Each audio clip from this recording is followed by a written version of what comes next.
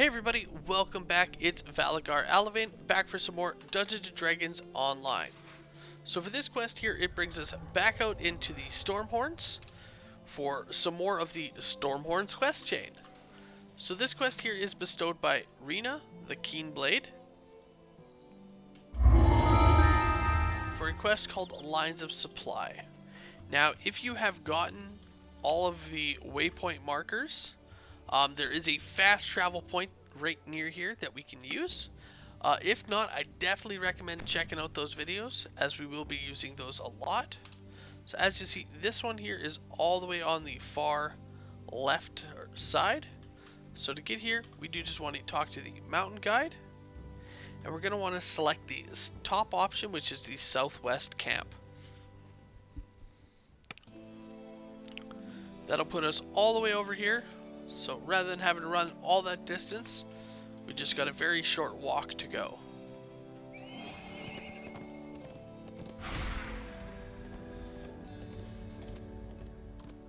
Now this quest here is interesting. Now when you first step in, it is going to start a timer, or rather once we get past a certain point, it's going to start a timer, which is a very, very short timer. It is like just only a few minutes, and essentially this is a few minutes to prepare yourself to get ready for the actual quest. So don't worry if you're sitting here, what do I do, I've only got a couple of minutes. I remember the first time I did this quest, I had that panic set in, and yeah, so don't worry about that. Alright, so the first thing here, we are gonna step in and get ready.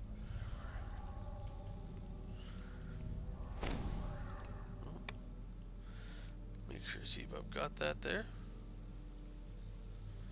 You finally reached the rendezvous point deep in the Stormhorns. The Harper you're here to meet looks like she's been waiting. So here we want to, once you're all buffed, ready, and prepared, you're going to want to talk to the Harper Druid and tell them they're ready to stop the lines of supply. Now you'll notice this is where it starts that timer. Now the first thing we want to do is actually head through this illusionary boulder. Now there are a couple of ways that you can go about this. Where we need to be is actually all the way down. So here's the Harper camp. Here's the supply line. Here's the Harper Trapmaker. We want to actually head and kind of choose a position down there. However, if we continue past crossing the bridge, so again, this is optional. You can actually head directly there and prepare, or you can actually head down these paths, so across the bridge, and this will lead you into a harpy camp.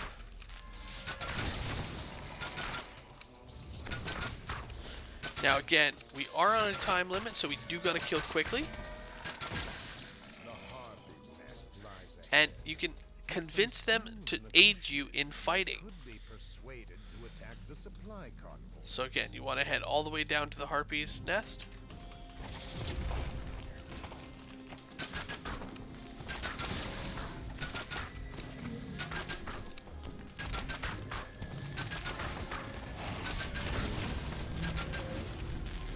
Killing the enemies as quickly as you can. Now once you get here, they will be passive, and you can talk to the Harpy Matriarch, and you can actually ask them to do this. Now you can choose to start a fight, diplomacy, or perform.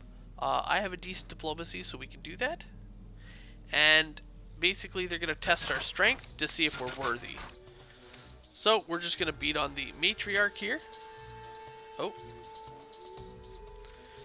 I hate that soothing song. Basically makes you unable to attack, which, when you're under a time constraint, really not handy. So there we go. So as you see, a little bit of experience, but then they all fly off to the side to start aiding us. So here they are, they're over at our camp, and they'll actually start attacking these guys down here. And you can assist them, though we only have 2 minutes to finish preparations. So I don't recommend staying here too long. Rather, we're going to head down south and kind of just follow this giant jagged line all the way to our Harper Trap Maker. A threat to anyone below. Now, as you're running, you will get this optional for remove the archers. Now, this can be done at any time, including after thing. Alright, so you'll notice here we got camp destroyed. That is that camp at the end where the harpies were, as well as where Zebub stayed back to just ensure that it was destroyed. So here we are, we have our Harper Trap Maker.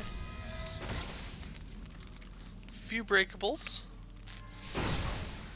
Now with this Harper Trap Maker, everyone can pick up these superior net traps. Anyone can. However, if you are a trapper based toon, so either a rogue or artifice, he will actually provide you with 2 stacks rather than just 1. Now from here, we're going to want to hop down and again head to our entrance of where they're going to start in. And just get ready. Now, what I like to do is I'll place a couple of these traps just down over here in case they decide to really run off. Now there are 2 kind of forms of enemy here. So it will have your standard enemy, and then it'll have ones with carrying a pack, which are supply line enemies. Now these supply line enemies, they will not fight you, and they will just continue to walk down the path. Their objective is to walk from this end of the line, so this giant white line here, from this one all the way to the line up top of the north, and they will just follow the path all the way through. So our objective is to stop them from getting to the end. Now, if we are able to stop every single supply line guy from getting through, we get a bonus optional, which will also give us a bonus chest at the end of the quest. So here we go. They're getting started in. So you'll see some guys, they're kind of walking slow. Those are our supply line guys. Now they did miss the chest, or the trap there, but that's okay. Once we have more guys spawning in, they'll hit that there.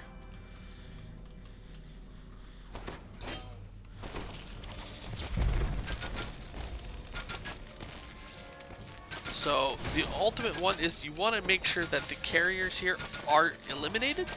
The rest of the actual fighting guys, you definitely want to kill them, as you don't want to deal with all the extra fights.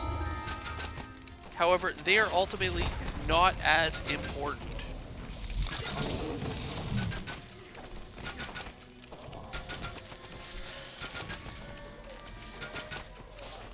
Now, while you are fighting, the next couple of waves, they are going to change. So as you see, these ones are just orcs. The next few are actually going to be gnolls, which are going to be real fast. So again, we're going to drop down another trap right here. And just get ready. So this next one, they're gnolls. Again, super fast. Seems they already kind of set my trap off.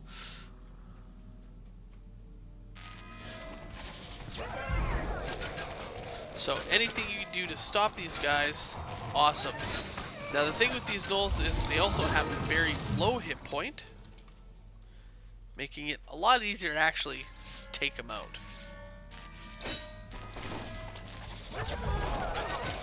But there you see, as the couple that are making it by, they're just really running, and again, makes it a little bit difficult. Those are typically the ones that make it through, as if you don't see them right away or they take off, or however they want. As you see, these guys, they tend to get a large group of guys going. Now after a few waves, you will get giants.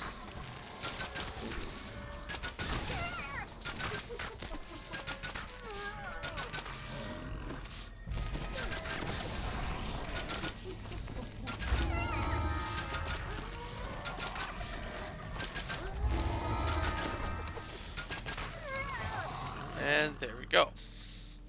So now it'll be a little bit easier as it is just giants. And the giant carriers, they are very, very slow. So they do have a little bit more hit points.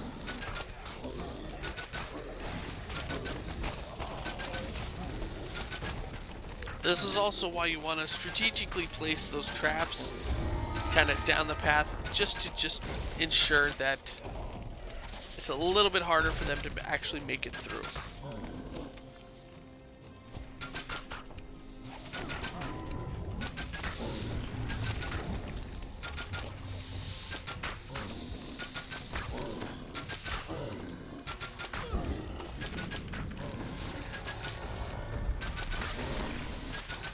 So you also notice here we are getting some of those event chests.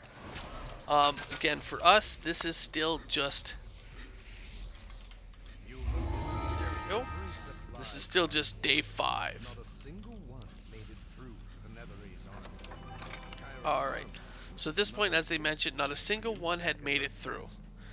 Now, the general that is asking us to kill, he is going to be all the way here at this supply camp, where our harpies are now assisting.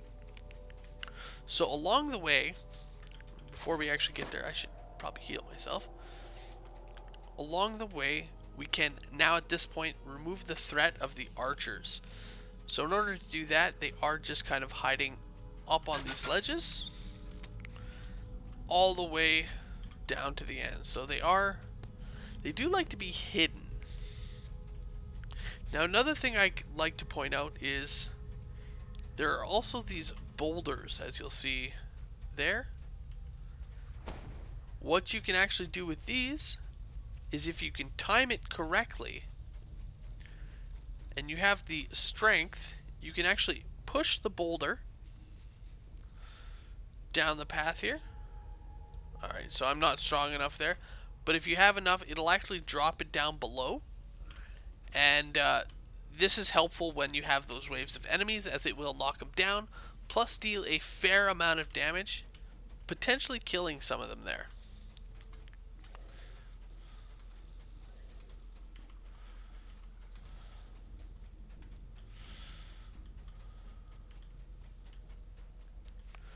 Alright, so we're just kind of heading down the side here, looking for these gnolls. As you see, they're kind of hidden.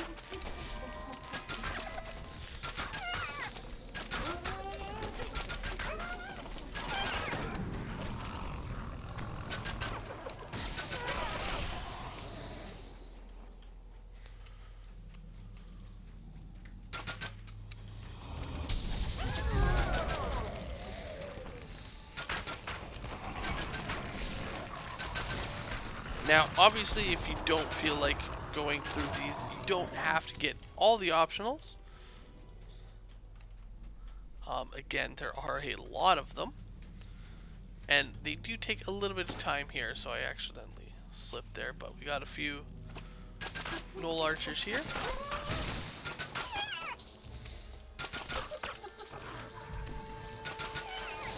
Now, all the while, our harpies are actually going to be assisting in that fight. So once we get there, either the harpies may be dead, or they may actually kill him before we get there. Who knows?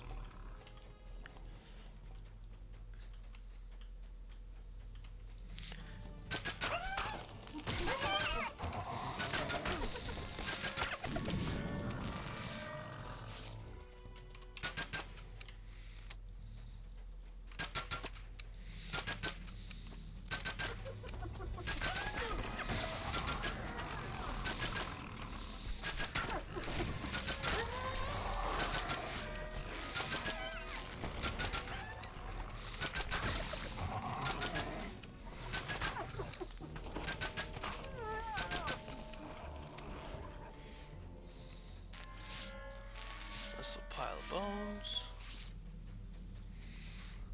So yeah, there he is, already almost dead from those harpies. I'm not sure where the rest of our gnolls are.